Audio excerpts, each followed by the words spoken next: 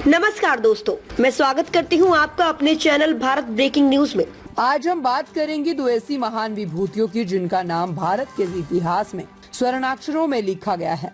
Doctor Bhimrao Ambedkar और नेताजी सुभाष चंद्र बोस। दोनों ही भारत माता के सच्चे सपूत, एक संविधान निर्माता, दूसरा आजादी का जंग लड़ने वाला सच्चा क्रांतिकारी।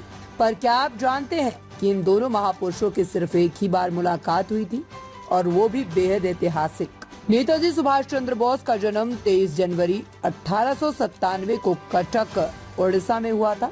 वे 14 भाई बहनों में 9वें थे। शिक्षा प्राप्त की स्कॉटिश चर्च कॉलेज, कोलकाता और फिर कैम्ब्रिज यूनिवर्सिटी अमेरिका से। सन 1921 में उन्होंने भारतीय राष्ट्रीय कांग्रेस की सदस्यता ली और ब्रिटिश राज के खिलाफ पूरे जोश के साथ स्वतंत्रता आंदोलन में कूद पड़े। कई बार जेल गए लेकिन कभी रुके नहीं।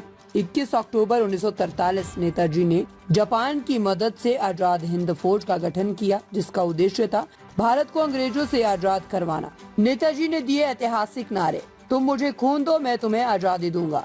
4 जुलाई 1944 वर्मा में, चलो दिल्ली 6 जुलाई 1943 सिंगापुर से, और सबसे महत्वपूर्ण जय हिंद 8 नवंबर 1941 को विश्व युद्ध के दौरान।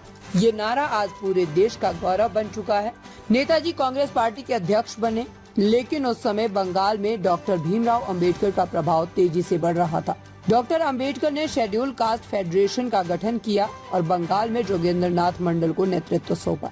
जोगेंद्र नाथ मंडल के प्रयासों से बंगाल के दलित, चाहे वो हिंदू हो या मुस्लिम, डॉक्टर अंबेडकर की विचारधारा से जुड़ते गए, और इसका असर ये हुआ कि कांग्रेस की पकड़ बंगाल में कमजोर होने लगी, और इसी राजनीतिक समीकरण की वजह से नेताजी को कांग्रेस अध्यक्ष पद से हटा दिया गया।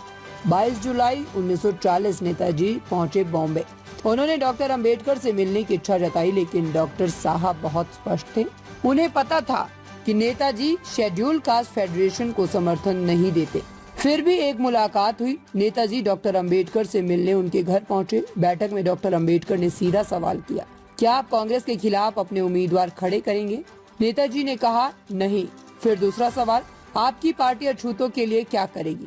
नेताजी के पास कोई संतोषजनक जवाब नहीं था, और डॉक्टर अंबेडकर ने उस मुलाकात को वहीं समाप्त कर दिया। ये दोनों महान नेताओं की पहली और अंतिम मुलाकात थी।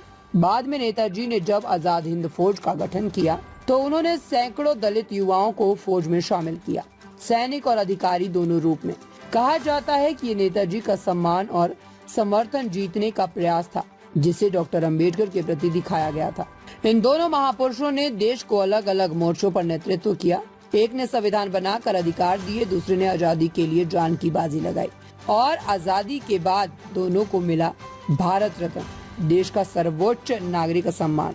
साथियों, इतिहास हमें बताता है कि भले ही विचार अलग हो, पर उद्देश्य एक ही था, भारत को न्याय, समानता और स्वतंत्रता दिलाना। आपको कैसी लगी हमारी ये न्यूज? हमें कमेंट करके जरूर बताएं। लाइक करें, सब्सक्राइब करें और अपने दोस्तों के साथ शेयर करें।